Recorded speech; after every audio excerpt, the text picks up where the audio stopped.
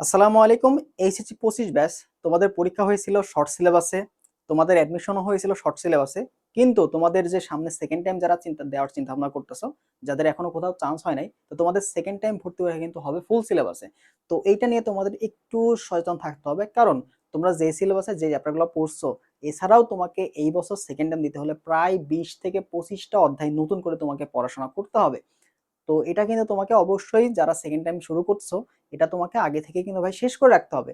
কারণ তুমি যদি দেখো যে এইচএসসি পরবর্তীতে অ্যাডমিশনের যে সময়টা আস্তে আস্তে কিন্তু কমে আসবে, তো শিক্ষামন্ত্রী কিন্তু অলরেডি বলেই দিছে যে তোমাদের যে এইচএসসি পরীক্ষা 26 ব্যাচ যাদের আছে তাদের পরবর্তীতে খুব বেশি গ্যাপ হয়তো দিবে না।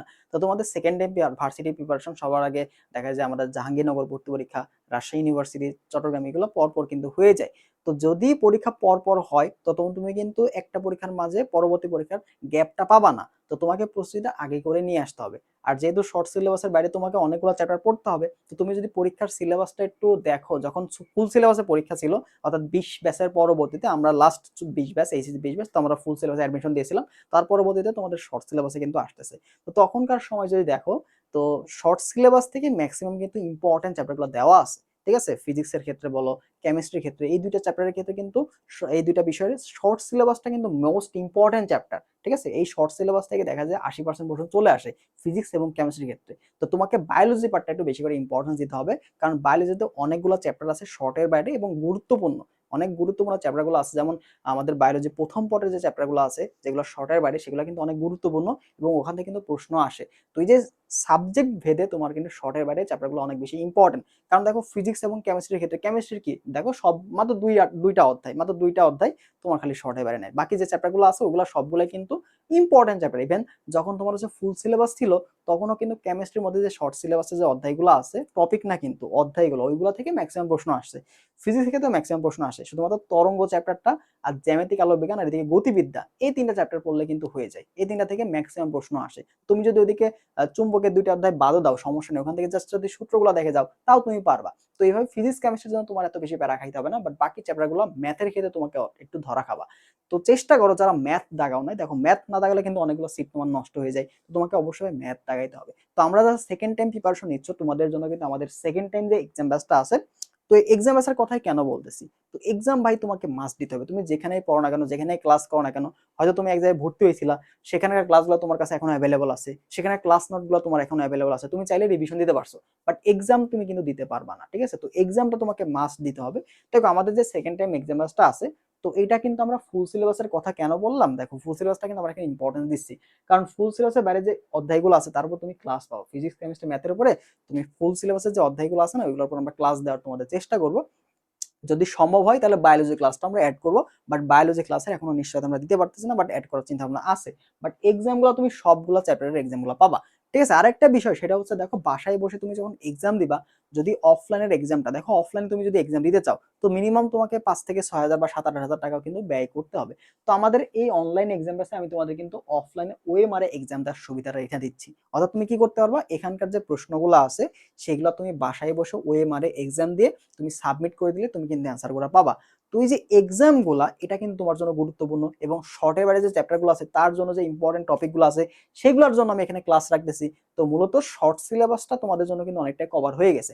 আরেকটা বিষয়, তোমরা যারা রাবি জাবি চবি যেগুলোতে এক্সাম দাও না কেন, দেখো আর্কাইভ এক্সাম শেষ, তুমি যদি আমাদের লাইভ এক্সামটা ঈদের পরবর্তীতে শুরু হবে, তুমি যদি এখন এনরোল করে ফেলো, তাহলে দেখো প্রত্যেকটা ভার্সিটি ওয়াইজ তুমি কিন্তু আর্কাইভ এক্সাম পাবা। দেখো গুচ্ছের জন্য আমাদের আর্কাইভ এক্সাম আছে, প্র্যাকটিস এক্সাম হিসেবে তুমি যে কোনো যতগুলা খুশি, রাবির জন্য অনেকগুলো এক্সাম দেওয়া আছে, সবগুলো এক্সাম তুমি দিতে পারবা। চবির জন্য এক্সাম দেওয়া আছে অলরেডি, সেগুলো তুমি দিতে পারবা।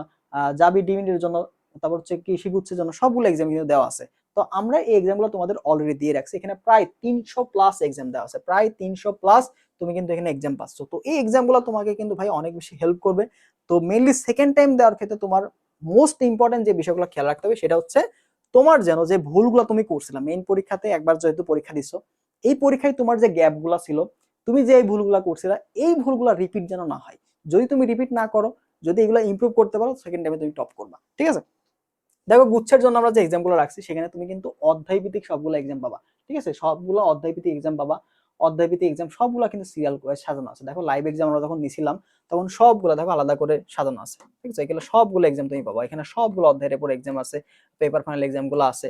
এরপর যদি আমরা এদিকে যাই দেখো আলাদা করে এইগুলো তো আছেই, এগুলোর পাশাপাশি এখানেও আবার আর্কাইভ এক্সাম গুলো আছে, এখানে আবার আর্কাইভ এক্সাম দেখো এখানে আলাদা করে সবগুলো এক্সাম তুমি পাবো, ফিজিক্স এর ক্ষেত্রে, তারপর কেমিস্ট্রির ক্ষেত্রে, বায়োলজির ক্ষেত্রে, ম্যাথের ক্ষেত্রে, বাংলা ইংরেজি এক্সাম গুলো সবগুলো কিন্তু এখানে এক্সাম দেওয়া আছে। তো এইভাবে আমরা প্রত্যেকটা এক্সাম তোমাদের জন্য কিন্তু রাখছি, প্রত্যেকটা এক্সাম তুমি এখানে পাচ্ছ।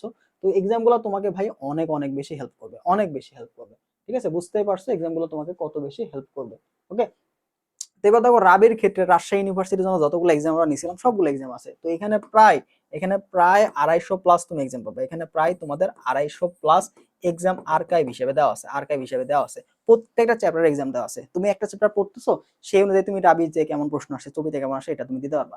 ইভেন আমাদের যখন তোমার লাইভ এক্সাম শুরু হবে, তো লাইভ এক্সাম যখন আমরা নিব, তো লাইভ এক্সামের সময় আমরা কি করব, এই প্রশ্নগুলো আমরা মিক্সড আকারে থাকবে, এখানে থিওরি প্রশ্ন থাকবে, গাণিতিক প্রশ্ন থাকবে, অর্থাৎ এই প্রশ্নগুলো এমন ভাবে সেট করা হবে যেন তুমি যে কোনো পরীক্ষার জন্য প্রস্তুত থাকতে পারো, ঠিক আছে? তো এই বিষয়টা তোমাদের জন্য এখানে দিচ্ছি। পাশাপাশি তুমি এক্সাম গুলোর আগে টপিক অ্যানালাইসিস বা ইম্পর্টেন্ট টপিকগুলো কোন চ্যাপ্টারগুলো থেকে কতগুলো প্রশ্ন আসছে এই সবগুলা কিন্তু তুমি পাচ্ছ। দেখো এই যে সবগুলা ফিচার এত কম টাকাতে তোমরা ঈদের জন্য কিন্তু, আমরা ফিটা কিন্তু 750 টাকা রাখছিলাম, ঠিক আছে? তো জাস্ট ঈদের জন্য আমাদের দেখো ডিসকাউন্টটার একদিন 23 মানে 2 দিনের মতো ডিসকাউন্ট অফারটা পাচ্ছ তোমরা। তো সর্বনিম্ন প্রাইজে যারা ভর্তি হতে চাও তারা এই 2 দিনের মধ্যে ভর্তি হইলে তুমি মাত্র 450 টাকা থেকে ভর্তি হতে পারবা। তারপরে কিন্তু ফি 750 টাকা। আমাদের কিন্তু এখানে অনেক ফিচার, কারণ তুমি অলরেডি শর্টের বাইরে চ্যাপ্টারগুলোর ক্লাস পাচ্ছ ভাই, 300 প্লাস এক্সাম অলরেডি তোমার আর্কাইভে দেওয়া আছে, এর পরবর্তীতে আবার 300 মতো এক্সাম তুমি পাচ্ছ। ভার্সিটি ওয়াইজ তোমার মডেল টেস্ট নেওয়া হবে, ভার্সিটি ওয়াইজ তোমার এক্সাম হবে, এইচএসসি পরে যতগুলা ক্র্যাশ এক্সাম ব্যাচ আসবে, র্যাপিড এক্সাম ব্যাচ আসবে, সবগুলোতে তুমি অ্যাক্সেস পাবা। অর্থাৎ নতুন করে তোমাকে আর কোনো এক্সাম ব্যাচে ভর্তি হতে পারবে না, তুমি 450 টাকাতে ভর্তি হবে এখন, তাহলে পরবর্তী সকল ব্যাচে তোমার অ্যাক্সেস থাকবে।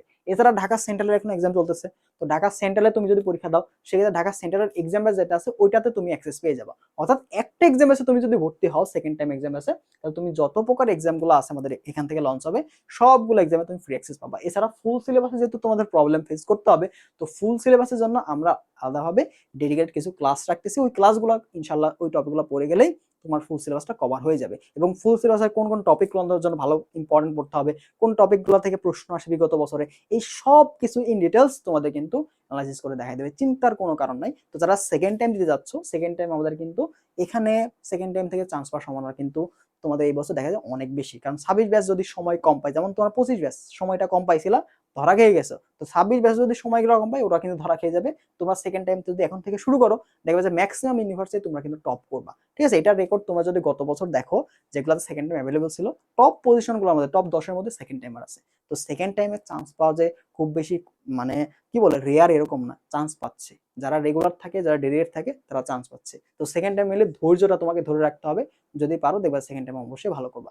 তো সেকেন্ড টাইম মূলত হেরে যাও না, তোমাকে আরেকবার উঠে দাঁড়াইতে হবে, যদি তুমি উঠে না দাঁড়াও তাহলে তুমি হেরে যাবে। তুমি যদি পড়ে গেছো, পড়ে আসো, হোঁচট খেয়ে পড়ে গেলা আর উঠে দাঁড়াচ্ছ না, তাইলে লাভ নেই, ঠিক আছে? সেকেন্ড টাইমে সফল হইতে হলে তোমাকে ধৈর্য ধরে রাখতে হবে, ডেডিকেট থাকতে হবে, রেগুলার থাকো। রেগুলার তুমি 4-5 ঘন্টা পড়ো, এত বেশি তোমাকে 10-12 ঘন্টা পড়তে হবে না, 4-5 ঘন্টা পড়ো, এটাই তোমার জন্য এনাফ। বুঝতে পারছো? আর যারা সেকেন্ড টাইম প্রিপারেশন শুরু করতেছো বা শুরু করবা, তারা আমি বলবো ঈদের আগে যে ডিসকাউন্ট অফার চলতেছে এটাতে ভর্তি হয়ে যাও, এটা তোমার জন্য অনেক বেশি লাভ হবে, ঠিক আছে? কারণ এতগুলো ফিচার তুমি কিন্তু পাবা না, ঠিক আছে? তো যারা ভর্তি হবা একটু কষ্ট করে কমেন্ট বক্সে আমি লিঙ্ক দিয়ে রাখছি, সেখান থেকে ডিটেলস দেখে ভর্তি হয়ে যাও। ওকে, ভালো থাকো সবাই, আল্লাহ হাফিজ।